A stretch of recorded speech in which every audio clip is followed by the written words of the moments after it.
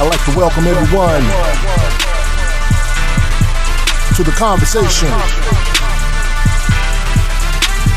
where we talk about everything Cowboys.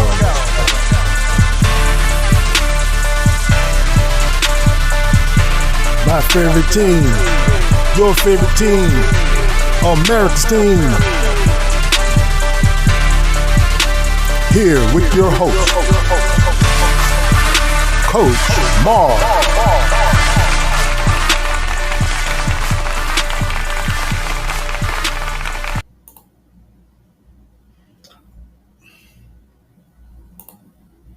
What's going on, Cowboy Nation? How y'all doing today, man? Just wanted to come on and chop it up with y'all for a few seconds, man, for a few minutes. I know everybody's starting to look at some college football or just enjoying your families. All those things are important, man, when you're talking about being, being into and enjoying your families and enjoying your time that you have with your families, man. But we want to get back. We want to come in today and want to talk about. We've been talking about all the stuff we talking about this week about. My video yesterday has been very good. The shorts I made about what we should give. Are we gonna give Dak the same as these other organizations are giving them and fan bases are giving their teams? But today we're gonna go back to what we always talk about, and I always say this. Winning is about building habits. And this team needs to start building better habits to start getting back to a consistent play offensively and defensively to start to win football games. If you really want to be honest with it, we have played 2 games and some would say we could have been 2-0. Some would say we could have been 0-2. I really feel we could have been more 0-2 than 2-0. I was impressed. Not impressed, but I was okay with our Phillies' performance somewhat. But I was not okay with our performance against the Giants. And sometimes we take in context, we take certain things out of context, and we take certain players and we say, okay, this guy had a good game, and we encouraged by that, and we have a little influx of saying, well, okay, Dak brought us back. Dak had a great game. But if we don't play well as a team, nobody's really playing well.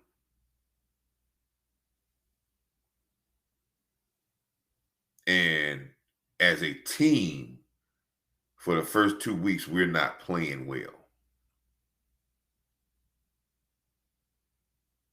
And it's time in week 3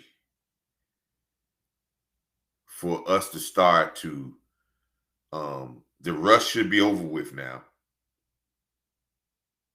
Now it's starting to have time to start getting some traction of playing better football. Now remember, I said the first 5 weeks is going to be very crucial. I wasn't too worried we came out 3-2 because I understand as you put in the new culture and you trying to put in a new way, and when the things that Schottenheimer has talked about that he needs to change and the things that we're trying to change, they are not easily implemented and done with a team that has so many moving parts. This defense, if you look at this defense, there's a lot of new pieces on this defense, a lot of new linebackers. There's a lot of new defensive linemen. Now we're starting to get some influxes of different defensive backs. There's a lot of different guys. And when you look at this offensive line, there's a guy that he played, but he didn't get he's getting his feet under him with him being into the mix. There's some other people that's getting their cutting their feet. As I may say, they're cutting their teeth in playing. You got now you're gonna have Hoffman. You got a brand new guard is in the game. Yes, God will. Yeah, we're gonna talk about it. Rainy game travels, right? But there's a lot of new pieces to this team. I think sometimes we get tired of, we get caught up in we see a certain player, a certain couple of players, and we say, okay, well, we think that we don't have a lot of brand new stuff. We got a rookie guard. We got basically a starting left tackle that's really cutting his teeth this year of starting, and he missed some training camp. Now you're gonna have a new center. Okay, you're not with Zach Martin has been a staple to this offensive line, so you don't have him, but you got Tyler Smith, but you're no longer Zach Martin is there. And then when you look at our running back situation, you got two all brand new running backs. Your tight end position is kind of stable from last year. You got a new wide receiver in George Pickens. And you got to stay with your quarterback. But look at your defense. Virtually all new linebackers. You got your safeties has been there, but now you're starting to play a lot of influx of brand new corners because I don't think Diggs may not play tomorrow. So there's a lot of new pieces that we got to be put together. So that's why I say the first 5 games was going to be crucial for us to build that camaraderie and to build some traction. But it's time to start building some traction on doing positive things football-wise and team-wise. Now, there is some certain things that we see, but we're not consistent. And it's time to start building consistency in week 3. And a good reason to build consistency is starting on the road. I've heard people, this is a funny thing, man. I've heard people, I was in a barber shop today, and barber shop talk is great. And I was in the barber shop today, and I've heard people start to even talk about that this is a layup for us. This is the Chicago team. There shouldn't be no problem with this team. We should go in there and run through this team. This shouldn't be it's just a layup for us to go in here and dominate this team. In the NFL, there's no layups in the NFL. The word of saying is any given Sunday is the truth. And we're not playing good enough as a good enough team right now for us to say, and for our fan base or our even team to even fathom that the game is a layup. And they may have a ton of injuries, but we still can't say this is a layup. See, this is where I say where our culture change has to be with our fan base. Our fan base thinks that we are in the top echelon of the football, but we haven't proven that. If you watch the last 2 games, like I said before y'all came in, some of y'all didn't come in when I said my first intro. Some would say that we can either be 2-0 at this point. Some would say we could be 0-2 at this point.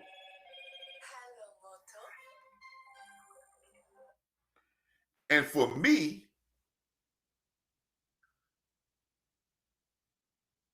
I think we're more of the 0-2 side than the 2-0. There were some things we showed in Philly, but that was maybe for a half. A half that our defense played better and a half that our offense played better. we didn't really. The Giants game was not. So we have to be realistic to us. This is not downplaying our team and saying we garbage, but we have to prove that we can play at a consistent level and win a game and be solid across the board.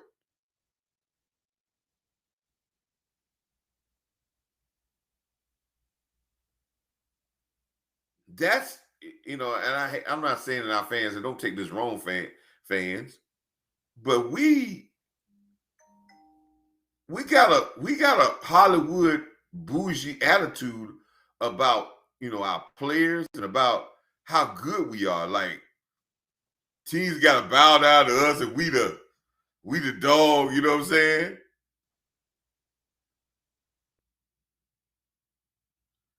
You know, and I disagree. No, football is more than just drops. There are some other opportunities in there that we allowed the Eagles to get points. There's some opportunities we didn't execute. See, it is what it is. At the end of the day, it's a win or a loss. And if we don't make those plays, it's a loss. And everybody says that. So this is where we have to get a grind mentality. Because if we win 2 or 3 games in a row, first thing we start talking about what we're going to do in the playoffs.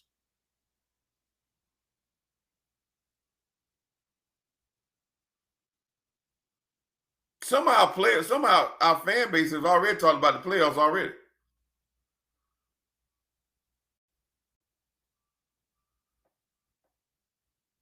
Now, I would understand that talk from a team that has played an NFC championship game. I would understand that talk from a team like maybe Philly and maybe Kansas City, who consistently play in the NFC championship game or in the Super Bowl. I would understand that talk. But a team that has not played in a third round of the playoffs in 30 years, how we can consistently talk about the Super Bowl. Yes, that's our a goal, but we have to be the grinders to get that way. Now, can we do that? Yes. Do I believe we can do that? I believe we got the talent to do that. But I will say again, it's all. I said this last year with a lot of my people on our live stream uh,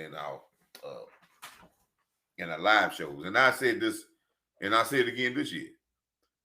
It's gonna come down to what's between the two ear holes on the helmet. Where's our mindset? What are we in a grind mindset? Are we willing to do the things that we need to do to get there?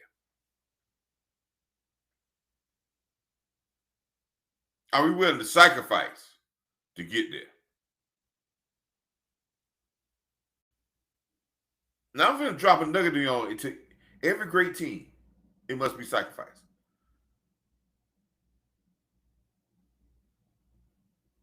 If you don't believe me, let me say this, and I'm gonna say this one thing, and then we're gonna go to what it needs to be done to win a game on the road. Do you think that AJ Brown and Devontae Smith they sacrificed some of their numbers last year to win a championship, to bring Barkley in and to give him a little bit more, and they won a championship? Yeah. Devontae Smith came up nowhere close to 100 yards, 1,000 yards. AJ Brown barely got over 1,000 yards. Less touchdowns, but they got a Super Bowl ring.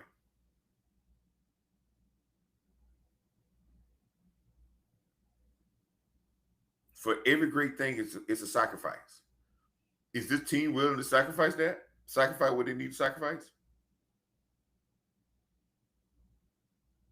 Are we willing to win ugly, fans? or we expect to go on the road and we don't win by a 40 burger against Chicago because we believe Chicago is less than us and we only one game better than them.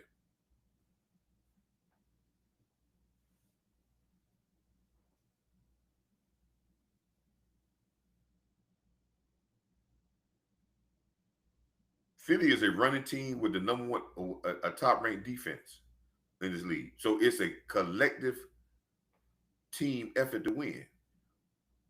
And they'll show you that they'll beat you in different ways because one, it might be Barkley. And then when Barkley doesn't run, they would use Jalen Hurts' legs and they would have him throw the ball sometime. They would find a way to win. And winning teams find a way to win. Patrick Mahomes ain't had great seasons for the last 2 years, 3 years. Not like he had in the beginning. The first year that he went to the Super Bowl that he lost, he had 50 touchdowns and over 5,000 yards, remarkable numbers. He hadn't come close to that since, and he done won more Super Bowls. See, sometimes it takes sacrifice. And it's not all about numbers. But this team has to get better. Our team has to be better. And what I'm looking for is consistency in our play. Because consistency is what's going to end up winning championship. Because the team that can consistently play at a high level on a consistent basis and then make plays are going to be the team. And then not make mistakes. Because it always comes down to the team that makes the least amount of mistakes than the amount of plays. See, I look at those drops as mistakes, not making plays. See, the least amount of mistakes than make plays. And it's going to come down to the things I think that we need to do to win a game. On the road, it doesn't change. What the things I'm going to show you about winning on the road, y'all have heard Coach Marv say this. If you follow me on Twitter, I've been saying the same thing on Twitter, the same thing, and it doesn't. When we look back at it, we can see on those things on the road. If we do not accomplish those things, it's very hard to win, and sometimes we don't win the game.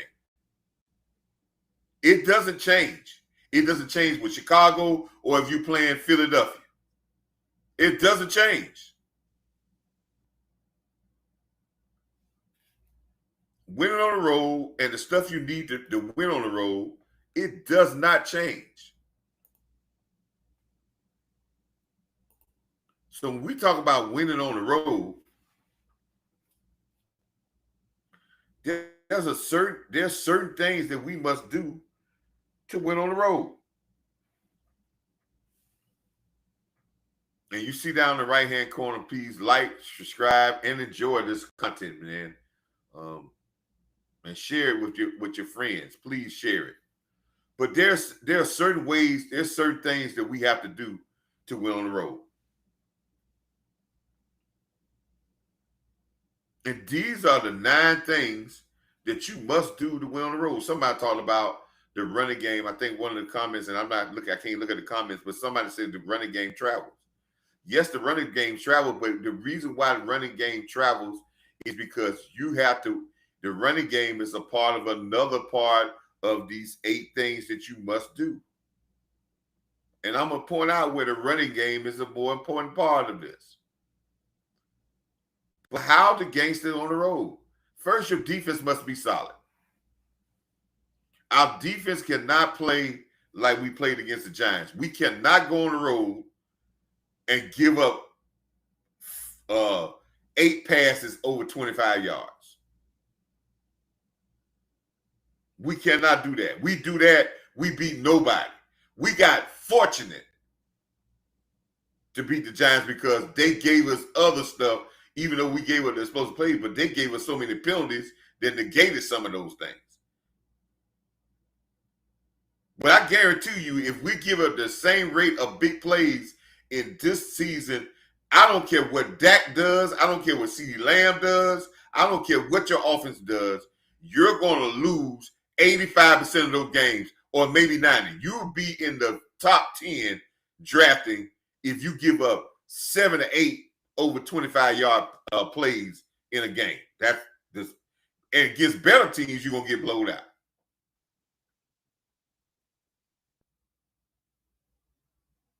So the defense must be solid. I didn't say lights out, but it must be solid. Time of possession, we must control the time of possession and the tempo of the football game. Now, this is the thing that I'm really saying that we really been lacking in the first two games. The first two games, we have not controlled the tempo. And I know sometimes it's hard for people to understand about controlling the tempo. We were not the dictators of how the other team had to play. And let me explain that. Some people say it's playing from ahead. Well, yeah, that's part of it.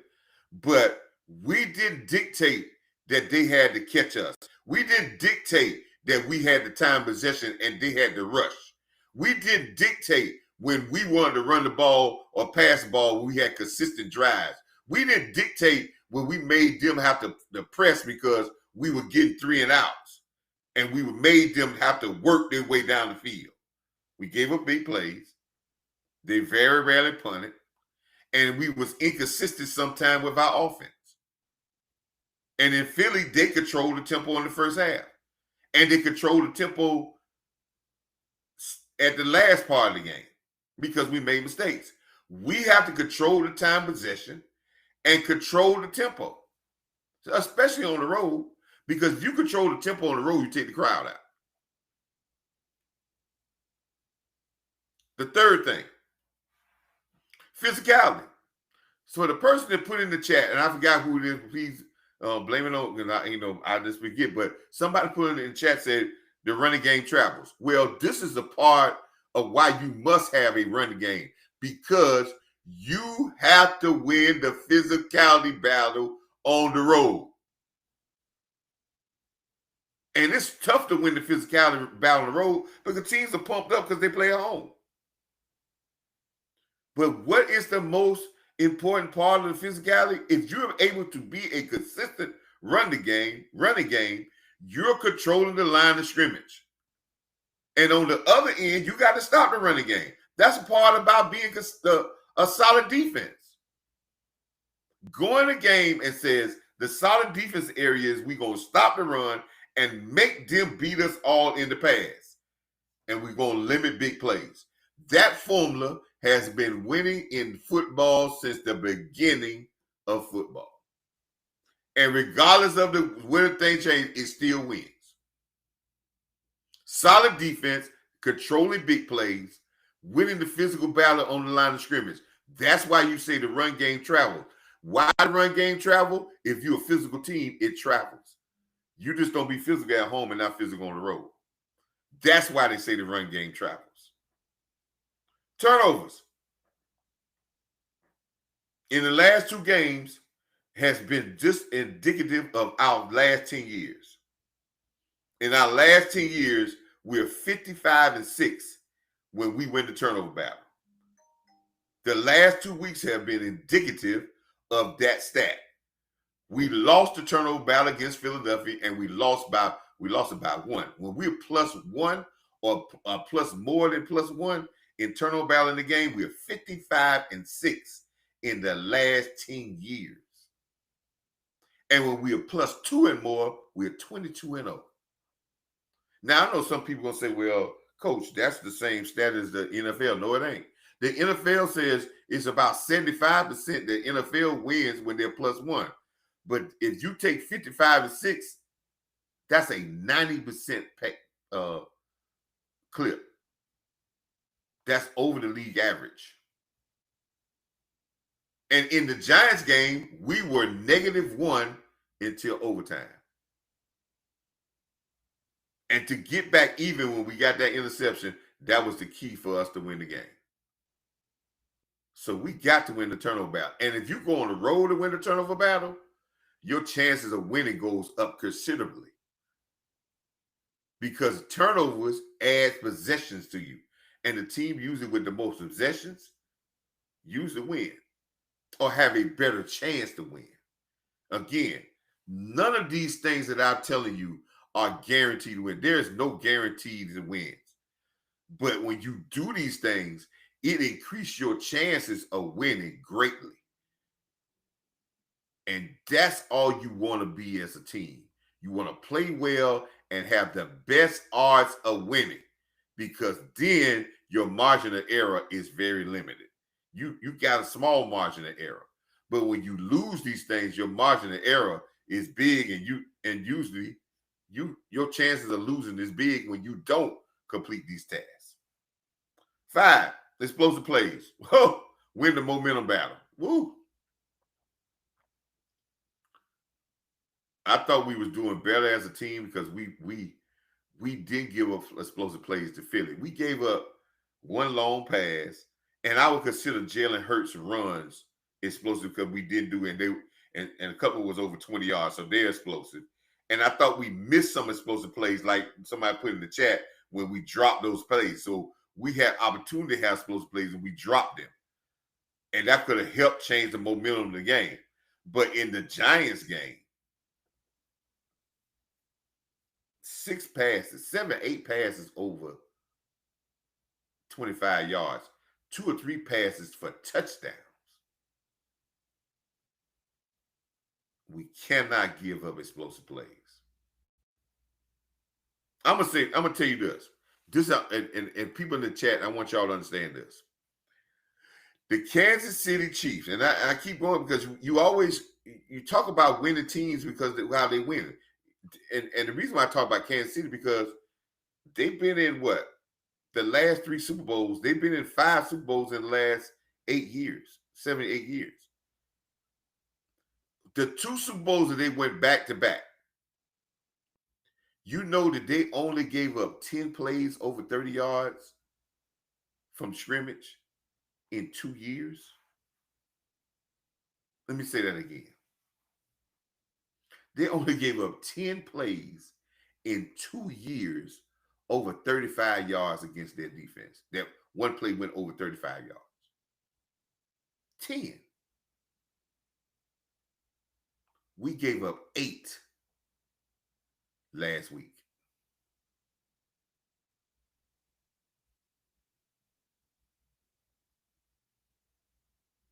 See what I'm talking about? That way, they was able to control people, and that didn't mean their defense was great, but they made you work for everything you got from them. Guess what? They needed to control big plays, because when they got rid of Tyreek Hill, they mean that was going to cut down on their explosive plays. So if they limit the other team's explosive plays, it helps them in winning tight games. That little intangible right there is what probably won them 2 Super Bowls back to back. Because you know how hard it is when you go into a game and you say, there ain't no explosive plays against this team. We got to work for whatever we get. And it's got to be 8 yards, 9 yards, 10 yards, maybe 15 yards. But they're not giving up 25, 30-yard plays. So we got to win the explosive plays. Not only we got to stop giving up explosive plays, we got to be able to manufacture explosive plays. This is why Boss and Lou and a lot of the guys are on record saying that we need another running back. Because if Blue is supposed to be our home run hitter. If Williams is going to be our guy, that's going to be the physical guy that can give you some breakaway, but not that much breakaway, Miles Sanders is not your home run hitter. Don't get fooled by that 52-yard run. That was well blocked, and you see he got ran down by a line. We need a home run hitter so we can try to give us explosive plays in the running game. Yes, Williams went for 30 yards, but I don't see him as that guy that teams that can really give us an explosive play. And we need to get it into the offense. And our offense has to get explosive plays. We have to attack CeeDee Lamb down the field. I've been saying it for 2 years. He's putting up great numbers, but we do not throw the ball to him far enough down the field. That's going to increase our explosive plays, but defensively, we got to stop giving up explosive plays. And you know who's very important about helping your defense not giving up explosive plays? They talked about it this weekend there, Matt Evilfus and what name, about not being in the right position, lineman and assignment. I always, when I coach, I found out when a guy go 40, 50 yards, that's on everybody. Because where was the guys supposed to stop him on the second level or the third level? And I don't want to blame, but know who's more important than giving up explosive plays on your defense, who really are the people that needs to keep the alignment and assignment and are the people that can control for you going 30, 40, 50 yards in the air or on the run, your safeties. Safeties knock down and shut down some explosive plays because of their effort, their speed, and their reaction. They cut down a play that may could have went 30, a run that might could have went 20, 30 yards, and they limited to 10. They're there to get a coverage and get in a way and even knock a ball down or get in a way to stop a deep pass. I need our safeties to make plays and to control these explosive plays. Run game commitment. Again, like somebody put in the chat, running game Charles. That goes back to number 3. You have to be committed to being physical in this game. You have to be committed to running the ball, and you have to be committed to stopping the run. Why do you run the ball? 1 for 3 for number 3, physicality. The second thing is for number 2, to control what? The tempo. You control the tempo with the run game, and you score points in the passing game. Now, do some of y'all understand what I'm saying? The great John Madden used to say this all the time when he was doing games. You control the game with the running game, and you score points in the passing game. You control the line of scrimmage, and it's like boxing. The body blows are the running game. The knockout blows is the right hooks and left crosses, the straight right hands. The power punches are the passing game. Control the tempo with the run game and knock out with the passing game. We must throw a lot more deep passes in this game. I got to see us stretch the field a little bit more. Special teams. We got to win the position. Now, I know we're going to say win the position. Yes, it's very important in the playoff, in our playoff game, in a road game, that you win the field position. Now, this number 7 goes back to number 5. If you win the field position, you keep them backed up, and you stop them from getting explosive plays. You making them drive long fields. And with this team, with Caleb Williams and their youth, and just like somebody saying they got to deal with a lot of injuries, if you make them drive the long field and you don't give them explosive plays, they're going to turn it over. They're going to give you the ball back. Yeah, they're going to self-implode. So number 2, winning the field position, 7, directly deals with number 2, controlling the tempo, and number 5, because if you win the field position and you limit explosive plays, it helps you out. Now, if you win the field position on the offensive end, and we getting the ball around the 30, the 35, 45, the 50-yard line, it opens the field for us to get more what? Explosive plays. Because it's hard to get explosive plays when you backed up, because you don't want to take that chance that you have a turnover. But now you can attack when you got the field position. That's why special teams. And you must win special teams. Well, Aubrey is always giving us good kicks. And I'm not going to say he's the greatest kicker in the world, because he has to prove it every week. But that's a very key to us, because we can feel that we can score from way out. So we must win. And now, let me get on our special teams. Other than Brandon Aubrey, our special teams have been horrible. Too many return yards. Too many penalties on special teams. See, these are the things I'm talking about that we're not playing well. See, these are the things a lot of our fan base don't realize. I watch these things because I understand they are habits to winning. And if we continue to have these habits of giving up long runs, we continue to give up these habits when we don't block for a guy like Turpin, who is a weapon, and we don't get him open because we're not dedicated in blocking. If we start to have penalties every time we're on special teams, those things are bad habits, people, and they're going to cost us games in big games. And we're not even going to see it when it hits us blindsided, because we're going to lose the field position. We're going to allow the team to have field position where they're going to be able to attack our defense because they're going to be in good field position. We're going to be in a place where we're going to have to drive the whole field where we can self-implode. We got a weapon like Turpin that if we get penalties and not blocking for him, he's not a weapon because we're not doing the things that let him be a weapon. It's not all about our field goal kicker. Our special teams got to play better this game. Didn't like the way we played. Matter of fact, we ranked 30th in special teams, and we got a kicker that can kick from one end zone to another. That tells you how bad our special teams been. Penalties, non-blocking, and we giving up too much return yards.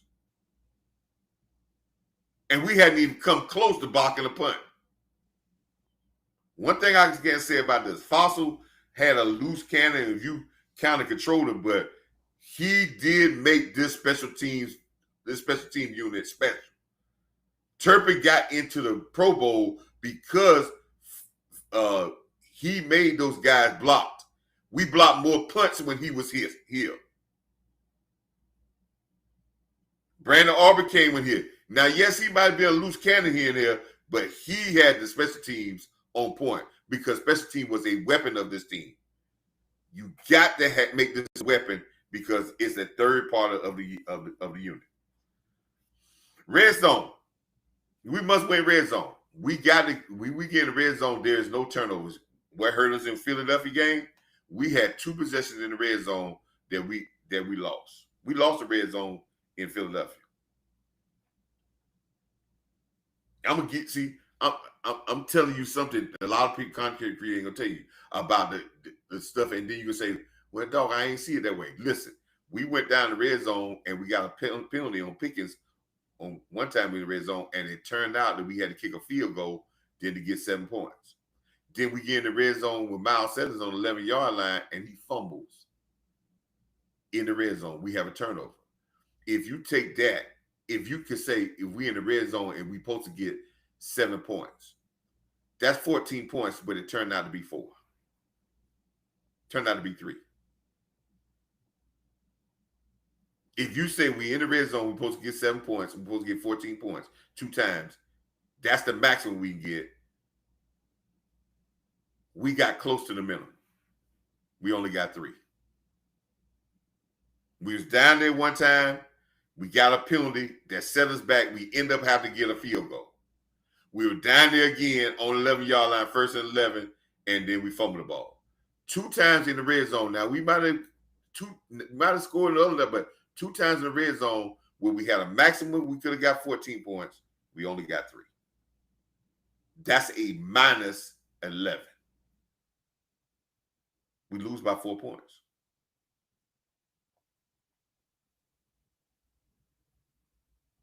Everything counts in the football game. Let's look at the Giants. I think we won the red zone, but where did the Giants hurt themselves in the red zone?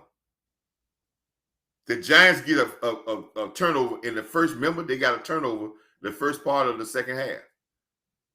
An interception. They drive inside the red zone. This is why Dayball is the dumbest coach in the world. You're up in the game. It's the beginning of the third quarter. You got an interception. It's a 4th down and 2. If you score a touchdown here, you don't win the game. It's too much time where you're not going to put the game away. Take the points. If he would have took the 3 points, We never tied this game up and win it in overtime.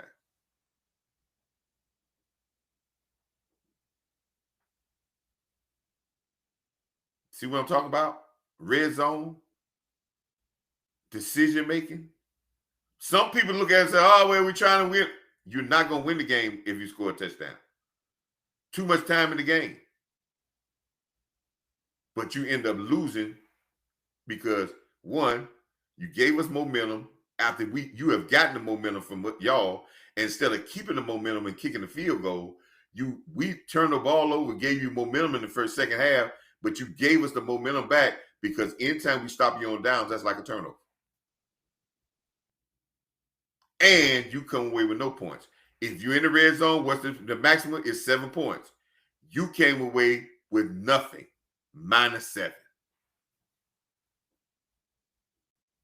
If you go -4, you win the game. See, this is why I say, man, games come down to more than just what we see with mistakes. Hitting yardage, certain things, plus and minus on certain things. And then when I use the plus and minus, I use context. Context tells you how the game is being played. What was the momentum of the game at that time? The context on the Giants game was you just got the momentum by getting the interception. You were in control of the second half. You took away a possession when the Cowboys had the ball at the beginning of the second half. You scored last before the half, I think. So now anything you got point-wise was going to get momentum to your side and probably can elevate you to, not going to win the game, but could have kept it on your side. But by giving the ball back and getting stopped on that 4th down and 2, you gave the momentum right back to the Cowboys and kept us in the game. And if we didn't have to get a field goal in 27 seconds to put the game in overtime, we would have lost the game. Decisions like that. And then in the Philadelphia game, 2 times in the red zone, one with a big penalty, hurt us. We only get 3, and then we fumble. -11. 14 we supposed to get, only got 3. And the last one, dog mindset. You can't go on the road and you in hostile territory, you in the enemy territory. You have to go in there with a dog mindset. A mindset of saying we the underdogs, we are on the road, we are going in here to make this our home plate field. And we're going to do it by controlling the tempo. We're going to out-physical you, and we're going to play smart, sound football. Not give up big plays, create big plays. We're going to be committed to the running game, committed to a team of stopping the running game. We're going to play solid on special teams. We're going to make you drive the field. We're going to try to create short fields for us. And in the when we have a chance to score, we're going to book it. And we're going to put scores on the board. And we're going to try to stop you at least 2 times in the red zone to limit you with no points. We do those things, people. It's never guaranteed you win, but I will put my chances and put my money on that. If we put 2 teams up and we said we checked off these boxes,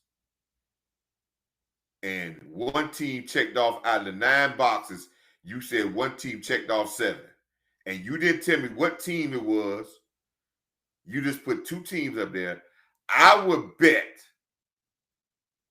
that the team that got the 7 checks and the other team got 2, I will always put my money on the team that got the 7 checks that they won the game.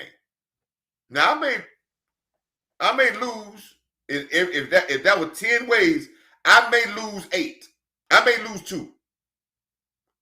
But I guarantee I'm going to win most of them by going with that. It's no guarantee in football. But these things can improve your odds greatly. And you must do this on the road. These are the same things you must do winning at home. But the gangster mentality, solid defense on the road, physicality, a lot of these come when you're at home. You already got that feeling of instability, which that you shouldn't have.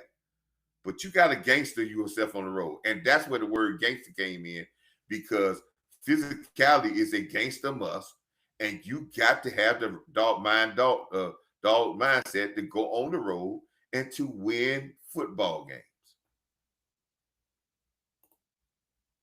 So those are the 9 things that you got to do to go out and win football games on the road. Those 9 things, they don't change.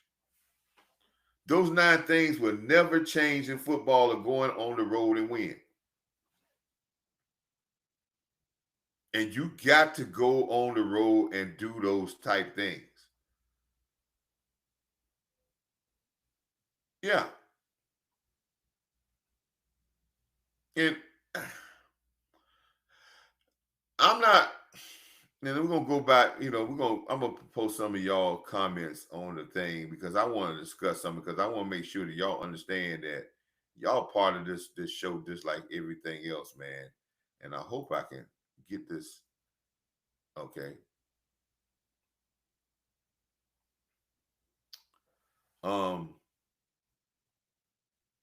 Cowboy fan Mayfield, he said, I'm liking Shotty's I'm sorry, let me get this.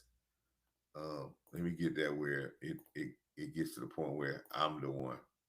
He said, I'm liking Shotty's offense so far. Eagle Foods defense got to answer the call. I'm not so sold on Shotty's offense. And let me say that. And I'm not saying I dislike it, but I'm not so sold on it because of the fact I'm seeing, and I hope this is, I want to see the offense get a little easier for Dak Prescott. And what I mean by that, I'm seeing him throwing a lot of tight window throws. Anytime you have a stat, when they do an NFL, and I'm not the PFF person, because one thing, how did PFF know what was the actual play call, what was the coaching behind it, what was the philosophy behind it, and what tidbits did the coaches know to do it a certain way, and did you do it the way they would coach you to do it? PFF can't tell you that. I'm gonna know football. I watch football. I've been coached. I can't tell all those things from watching the tape. The only person that can give the best grade of a person, on an NFL person or a football person, is his position coach or the coaches, because they understand. And I said this on another video.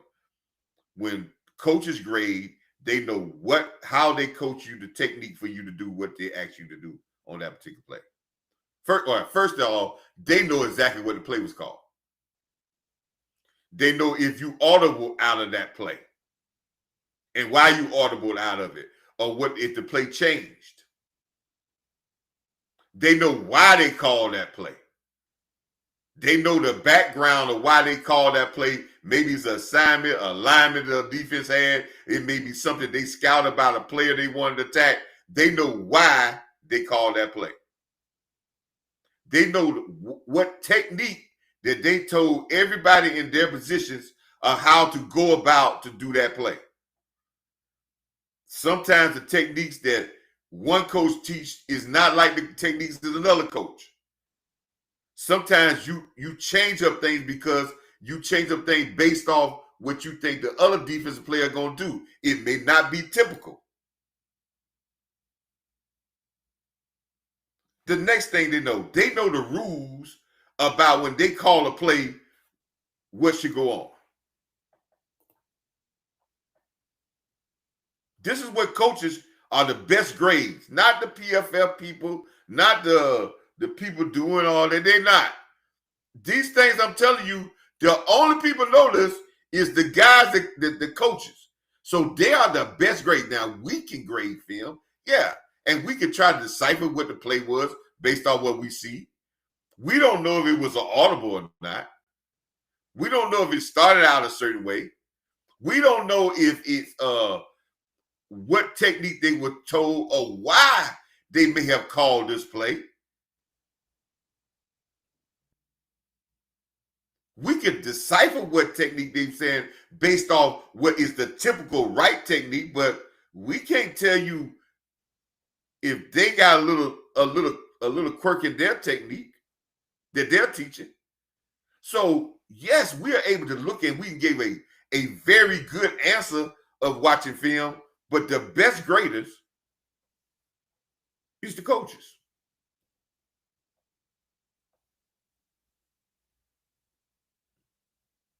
So that's why I think PFF standards and all that stuff, yes, you got to take it with a grain of salt, but you got to be real conscious because a lot of people who grade these things are just technicians that got a job that say they got a criteria but don't know anything about football. Don't think that you got coaches up there, computer coaches that's doing these gradings. They're doing checks and balances in certain ways and putting it into a computer and they're getting a grade. And it was formulated for you as the fan to have a better outlook of the performance of players.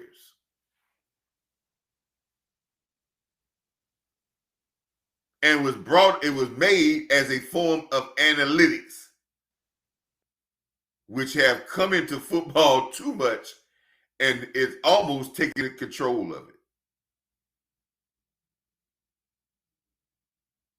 But analytics does not have a common sense value in it.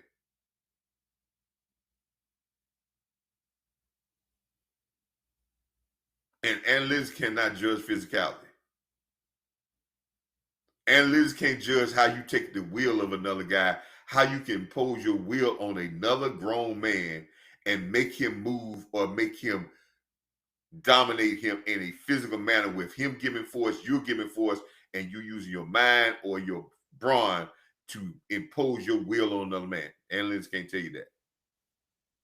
And guess what? That's the biggest part of football. And you can't get no analytical thing to do that.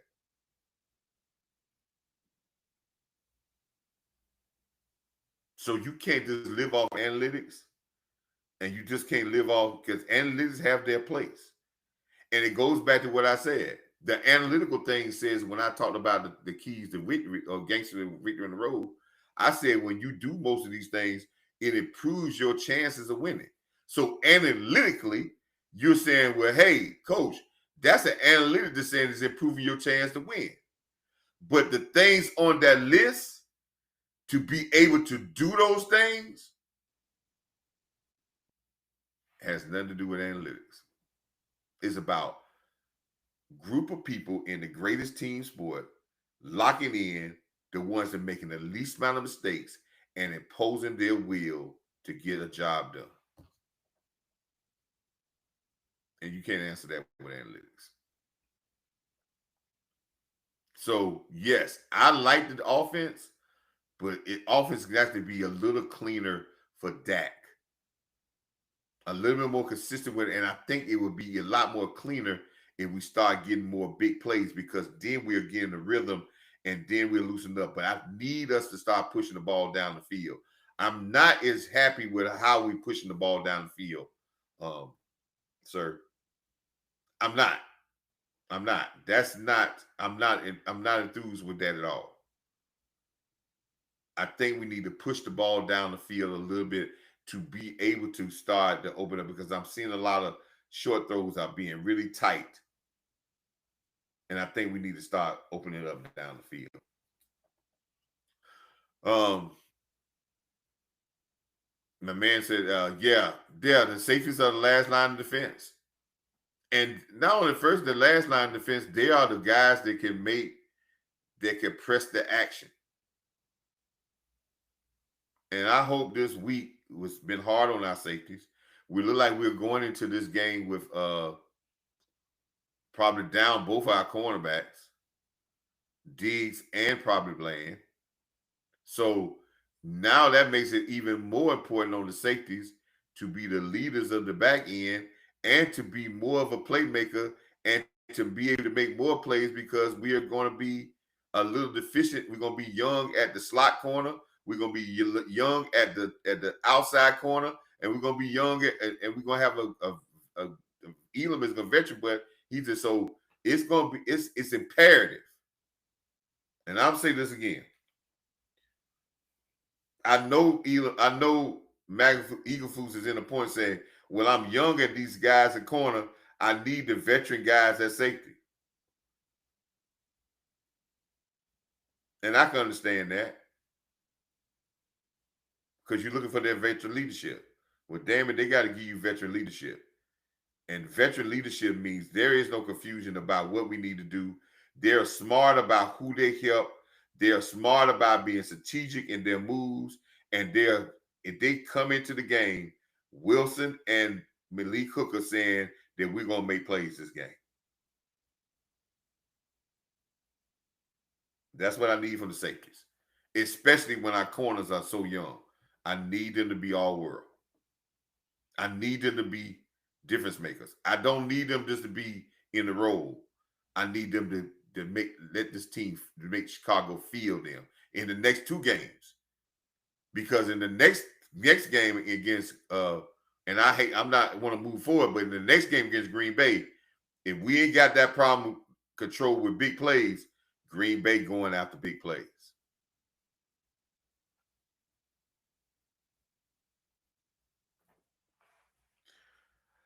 Let's say, let's go. This is the comment.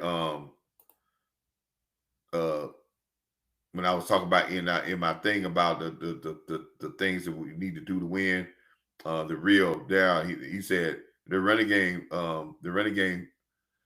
running the football controls the game. Yes, it does. That's about controlling the tempo. You control the game with the running game.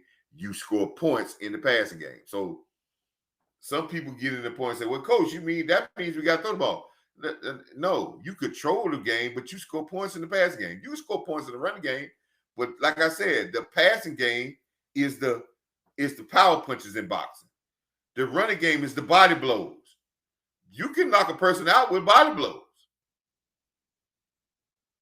but you beat the body so the head will fall. So that running game, and then when you fake the running game behind center, bam, you hit him with a play action pass, touchdown. That going down the field.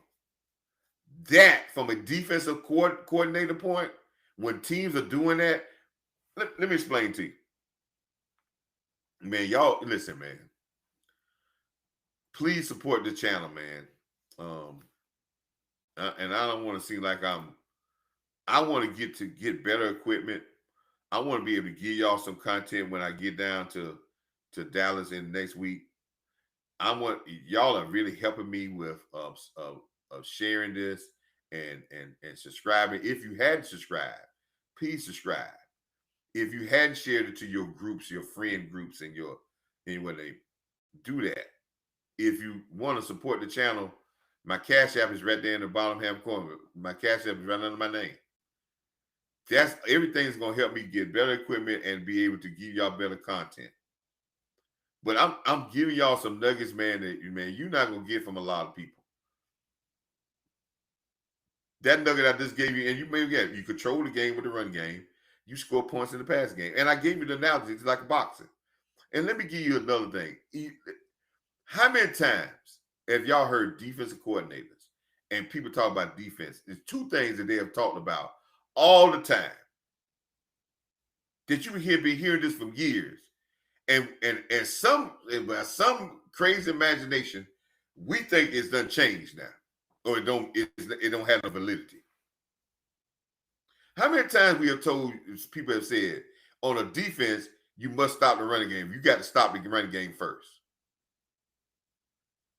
You ain't never heard no defensive coordinator, no people say, "Oh, you got to stop the passing game first." Because if you can't stop the run game, everything else is set up.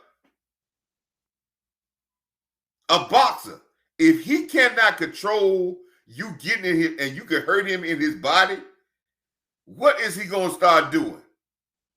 Dropping his arms and his hands. and then he's going to get knocked out. That's what a running game is. It makes you drop your hands, brace up, the physicality part. And then the next thing you know, CeeDee Lamb, George picking the car 30-foot to get 50-yard touchdown.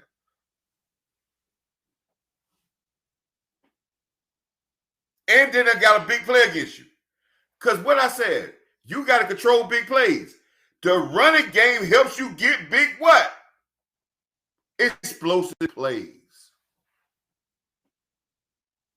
Now, the Giants didn't run the ball against us. That what makes their explosive plays even more crazy. And as a defensive coordinator, you should be even madder. They was not hurting them with a running game. So you knew that the only thing that they had was to try to get big plays in the passing game. You still gave them. That's unacceptable. But if they were putting the ball in the belly of the running back and you were trying to attack the run game because they were hurting you in the run game, you had dropped your hands because they're hurting you in the body, and you allow them go up top, still is unexcusable, but you allowed them to do it because they hurt you in the body. You got your hands down, they ain't hurting you in the body, and you got your hands down already. If you're a boxer trainer, they be like, why? Why your hands around your waist? Is they hurting you in the body? No. Keep your hands up. And that's what I'm saying. So why would you go to control the run game? Because when the people run the ball, that opens up play action pass, straight drop. It opens up a whole host of plays from the playbook. And the defense coordinator knows the more of your playbook that's open, the harder it is for me to defend you. And when you run the ball, you control the middle of the field, and the more areas of the field that you attack, it's harder for a defensive coordinator to call plays.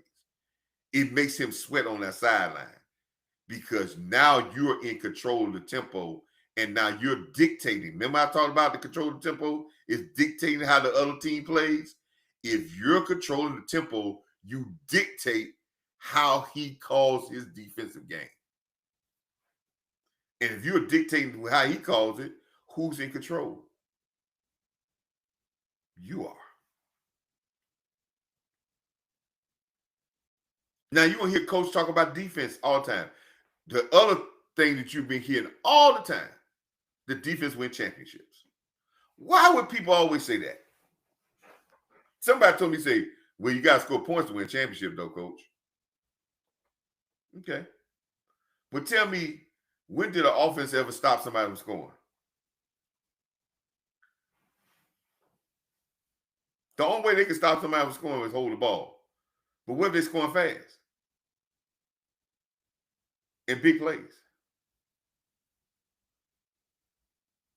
Defense does two things. That's why they're more important than offense. Oh, I know I'm going to get some people mad now. Because defense can score and stop people. Offense can only score. Defense can make it easier for the offense to score. If you give me a dominating defense that can turn over, get people turnovers, and can stop people and get score points, it's been documented many times in the NFL that great defensive teams have won more Super Bowls with less offense than great offenses that won without any defense. I can guarantee you there's very little teams that have won Super Bowls and the defense was totally horrible. But I can name some teams that won Super Bowls and the offense wasn't all that. Chicago Bears offense wasn't all that. The Baltimore Ravens with Ray Lewis and with Trent Dilfer wasn't all that. The Tampa Bay Buccaneers with Doug Johnson, they wasn't all that.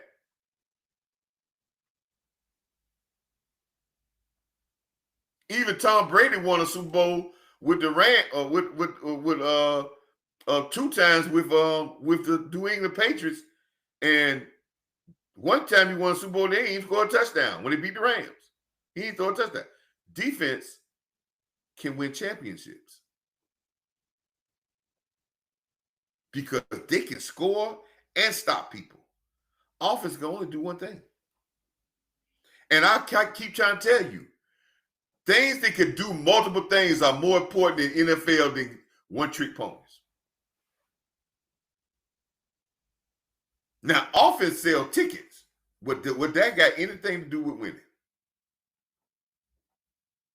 The amount of tickets you sell, that has anything to do with winning. The amount of interest that it gives you. The offense gives you, all the fantasy football is built off offense. The amount of fan base it gives you, fan participation it gives you, does that have anything to do with winning? Because you got 100,000 people, do that mean you're going to win because you got people rooting for you?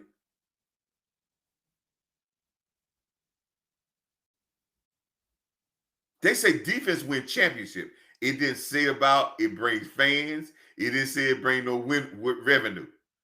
They said offense sell tickets. Selling tickets has nothing to do with winning.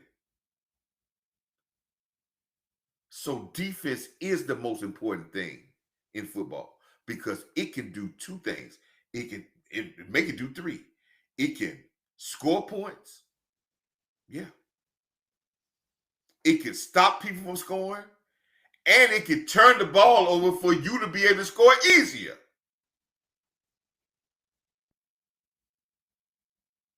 In the Super Bowl, this past Super Bowl, the Eagles got a pick six, and they got another interception that took the ball to the 15-yard line. I consider that 14 points. How many they won the game by? Did they win by 21 or 30? No.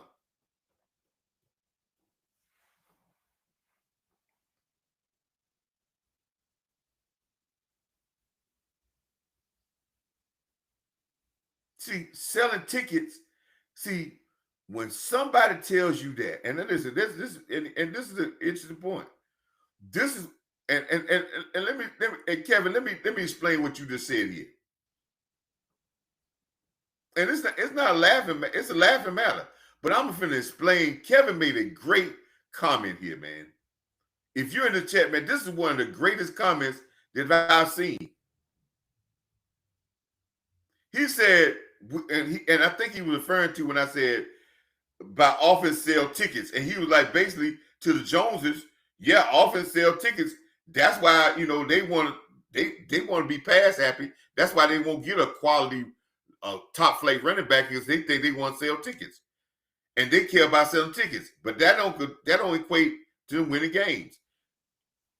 And they have never won a Super Bowl without having a top 5 running ticket. Let me say this again. The Cowboy organization, with Jerry and without Jerry, I want y'all to look this up because, again, as I always say, history is your most important thing. In this life right now, and I'm saying this is on the real tip. In this society right now, our lack of knowledge and our lack to know the history of things is causing what we see in society right now. Because we're living on what people say and not seeing the history of behind things and getting the knowledge and the study ourselves, that we're now being floundered in 100 different directions. Now let's convert that back to football. The history of the Cowboys with the Joneses and with Tex Stram in them, right? The first owners. We have never, let me say that again. We have never played in a championship game, NFC championship game, or a Super Bowl, either won a Super Bowl or lost a Super Bowl or lost an NFC championship game. We have never played in a big game like that without being a top 8 defense in the NFL and having a top 3 running game. Take what you will. In our history. And we have played in more NFC championship games than I think that anybody else in the NFC. And been here less years. We're second in Super Bowl victories. I think we're third in Super Bowl appearances. And with that history, we have never played in that type of game without having those two things. So if that's the case of our total history, even with this ownership, would you think that that would be an objective to get to that? And say, I would try to get to that and see if I can, it's a less of a chance that history is going to be wrong if I get to that point.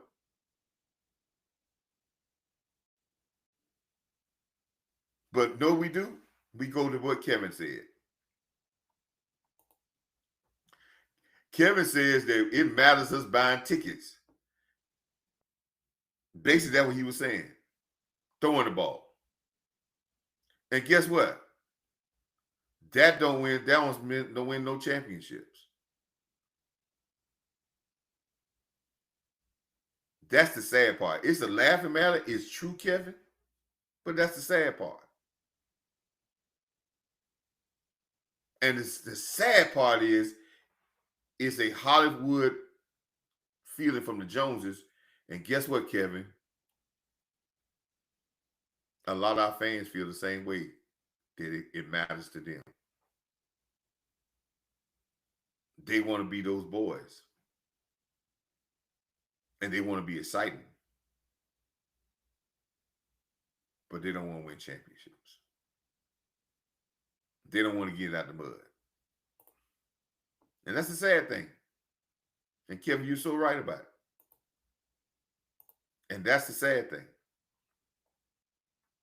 Yeah, defense win championships. And they say offense sell tickets.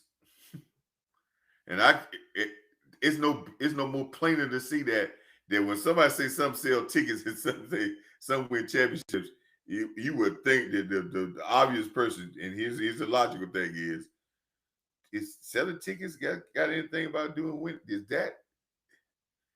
that equate in winning? No. Being the most valued franchise in sports, does that equate into winning? If that's the case, the Yankees will win the World Series every year. The Dodgers and the Yankees will win every year. The Cowboys will win the Super Bowl every year. The Lakers and the Boston Celtics will win the championships every year. And everybody else in the league, because when you talk about value franchise, they're the most valued.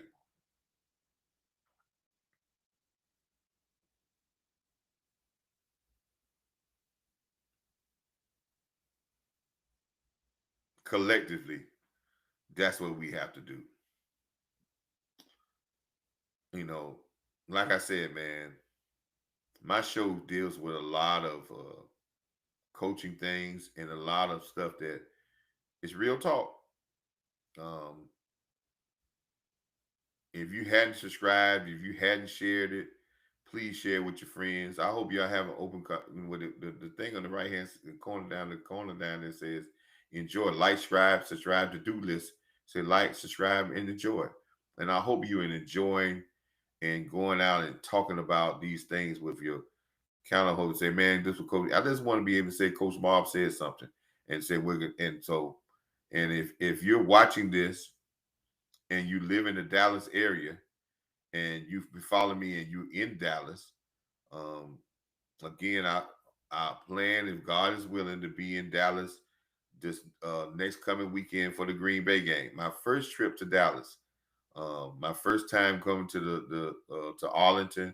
My first time going to the place where I've seen on TV so many times, man, and imagine so many times of being in the game because it's a thing for you to be a Cowboy fan or be a fan of your team for so long. I'm a Laker fan. I'm a Dodger fan. I've never been, and that's on my bucket list to go to see the Lakers in LA, to go see the Dodgers playing Chavez Rizine, Chavez Rizine, their home stadium. I've seen all them play on the road. I've watched the Cowboys in my career, in my years. I done seen them play a lot of times in Charlotte, from preseason games to regular season games. I have seen them play in Atlanta, from regular season games to playoff games. I have seen them play once in Jacksonville. I have seen my Cowboys play, but I hadn't seen them with the festivities and the atmosphere of being in Dallas. So yes, it's been going through some stuff with my family and in my house situation here. So yes, if you want to support the channel and help that trip for me to go there and give some content, if it's $1, it's $2, all of it helps if you drop a cash app of that to support the channel. And when we get to the point, when we get to monetization, because I'll be very close to whenever they approve me, when I get this last couple of subscribers as well as these viewing hours, and I get to that monetization, when I go live, hopefully very shortly you're gonna see a cash app, the super chat down there, and hopefully you can be able to support the channel in the super chat when we do our live stream for the watch party. Everybody who's in this chat tomorrow, if you tune in tomorrow at 4 o'clock Eastern and 3 o'clock Central, to watch us with the live stream with Boss Cowboy Sports, Amp Sports, Henny Moore, Lou Takes, um, West Coast, on the and with Boss Cowboy being the orchestrator of all this, and seeing our live stream of our watch party of the game. We do it every game. We give you a very good content of the football from the point of view of strategy. We give it the point of view of a fan sitting around in the garage watching the game, where we're emotional. We give you a perspective of how we see we interact with our fan base, and we give you our real, true, unedited, raw thoughts about how we are and how we love the Cowboys, and we give it sometimes a voice of reason, because we give you all, and you get a great experience of watching it with some real fans just like you watching the game. So come watch it with us tomorrow. But if you're on my live stream, tune in.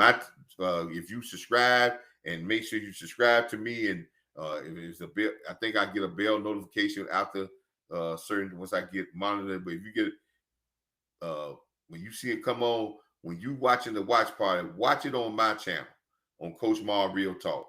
That's gonna give me some viewing hours and doing the thing, man. If you send me put a message in the comment that you want, I'm going to relay that message. Try to relay that message to the group.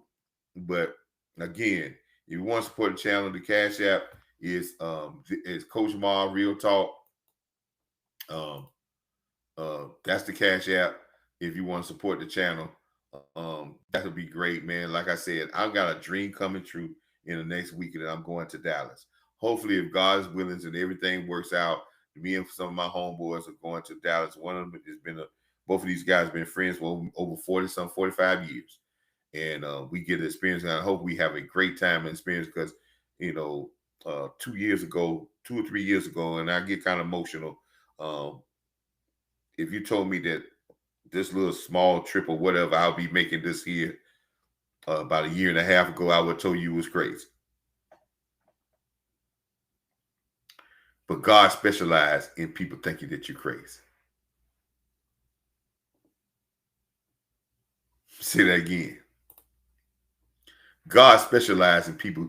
He specializes in the crazy. That's where the miracles come from.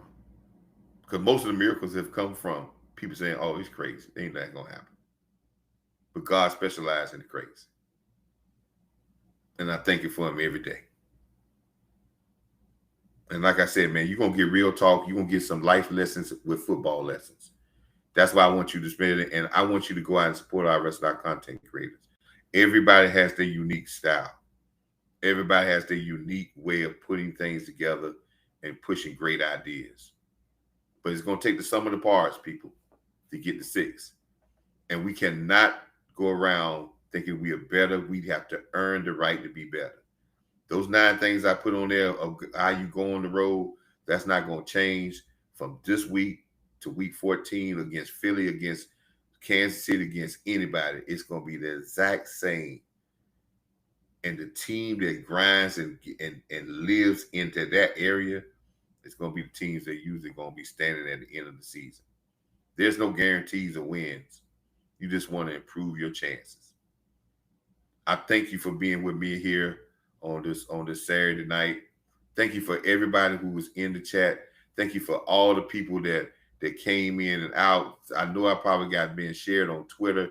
Some people may have shared me on Twitter. Some people have shared me on the YouTube people, man. Hopefully the people who's in Dallas, hopefully I get a chance to see you when I get in Dallas, and if you see me, you say, "Hey, Coach Marv, I'm a follower of you, man." So, and hopefully if we in a spot that we can sit down and drink a cup of dirty Cokes together, we can sit down and drink a cup of dirty Cokes and talk about some football and just share a laugh, because it's not that serious. We ain't getting paid for this. We're not getting paid if they win or lose. But one thing we know, we're true Cowboy fans. And we're going to get to 6 because it's in our DNA to win. And it's going to come back. History will repeat itself. And remember what I told you, people. History can either help you grow, or it can hide problems that'll continue to keep coming over and over and over again. Cowboy Nation, Cowboy players, Cowboy coaches. You know, I try to sign off with the same slogan that I'm going to say for all year. Get your mind on your work. Until next time, salute.